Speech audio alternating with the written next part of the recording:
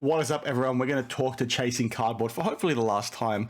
There's a video correction I want to make based on what I put out the other day because some information has come to light that I was actually wrong, so you guys can laugh at me that were hating on me before.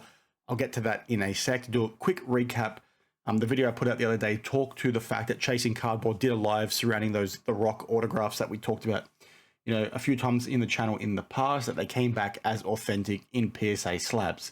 Now, one of the things I took grievance to with regards to their live stream where they notified everyone of this was that they didn't seem to focus or mention the fact that they made a mistake in the first place, right? They try to seem to pussyfoot around the situation and sort of blame watchdogs, blame criticism without focusing in on what the actual error was, and that was them having relisted the order in the first place. Well, it turns out I missed this, as some people did correct me in the comments, which I did update a pinned comment. I was away for a wedding outside of Sydney. I'm only just back, a few hours ago. So I couldn't re-record something to give the update, but basically I updated the pinned comment because at about 8 minutes and 10 or 15 seconds of their live stream, Ty does mention, for very quickly, maybe 10 or 15 seconds, he says that they shouldn't have relisted and they made a mistake. Now that obviously puts egg on my face because I watched the live stream twice before recording my video and I somehow missed it both times, but that doesn't really matter. I look like an idiot. I'm happy to have egg on my face, as I've talked to you before on the channel.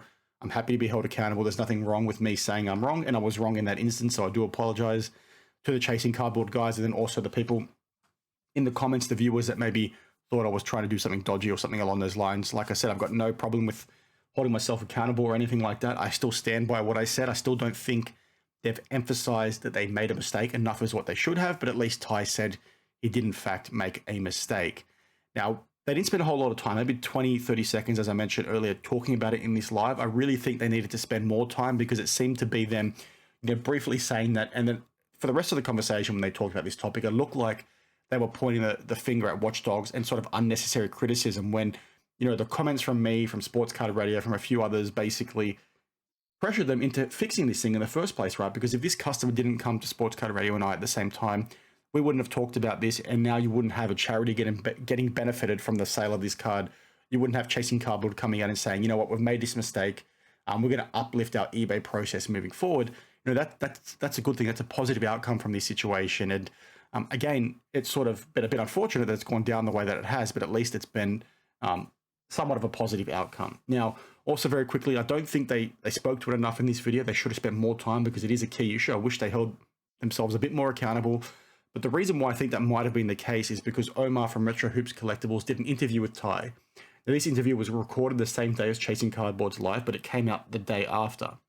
So what I think happened is maybe Ty answered some questions because he did talk to the mistake a lot more in the Omar interview, but maybe because he'd already had that conversation with Omar in his mind, he may have already had that discussion. So when they then jumped on their own live later that day, he probably already felt like he talked to some of these points. Now, do I think that's a good enough excuse? No, not really, but it is, again, what it is. I don't even think it's an excuse. It just might be how things ended up.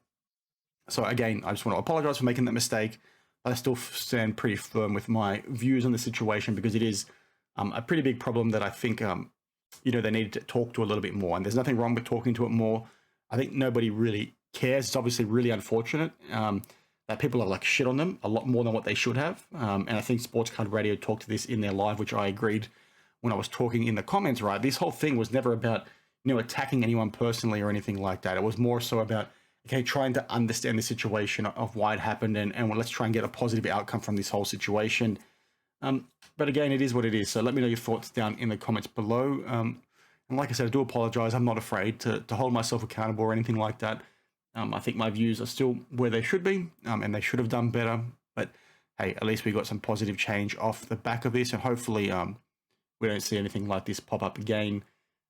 Some other people obviously have some other thoughts on the situation. I'm still a fan of Chasing Cardboard. I'm still going to watch their stuff. Do I look at them through a different light? Sure.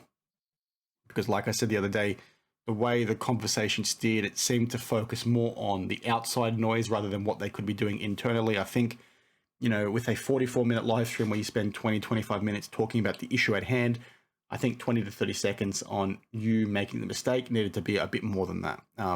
And again, I've done live streams before, and one thing that you guys as viewers might not quite understand is facilitating them can be really difficult, right? It's really hard to steer the conversation where you're going, especially where the chat is blowing up and you're trying to answer questions or you're getting distracted by the chat or just the way the conversation flows. It sort of slips the mind. But I would have liked to have said more, but again, I'm not going to keep harping on it. I do apologize for making that mistake. And, as I did say, Sports Code Radio, and I agree with him in the video, obviously, when we're making this kind of content, we don't like the fact that people are getting abused by people in the comments that take things too far and all that sort of stuff, right? It's not nice to, sort of make people look bad when you're trying to report on facts and information.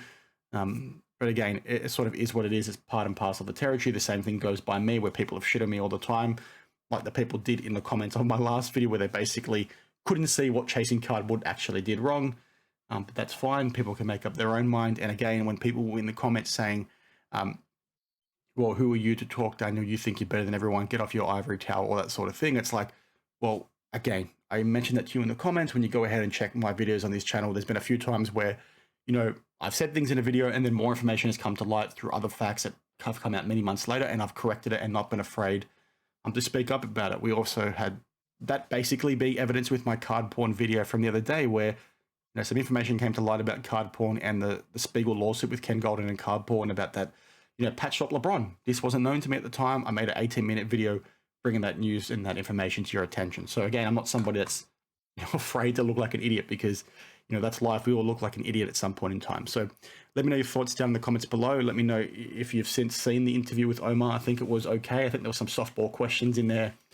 But again, that's a conversation for another day. Stay tuned for my video that you're going to see not long after this one, because I've actually got some interesting information around card porn and some more 86 Fleer scams. So this thing just gets more and more wild. So stay tuned for that, and I'll see you in the next one. Actually, before I say that, I want to apologize once again. Nobody's pressuring me to make this apology. I just need to do it because it's the right thing. And like I said, I was out of Sydney for the last 2 to 3 days, depending on when you see this. So I couldn't record something immediately. That's why I did the pinned comment, but not everybody's seen that. So that's the purpose of this video. Laugh at me all you want in the comments. Do whatever you want to me. But hey, we're all human. Cheers.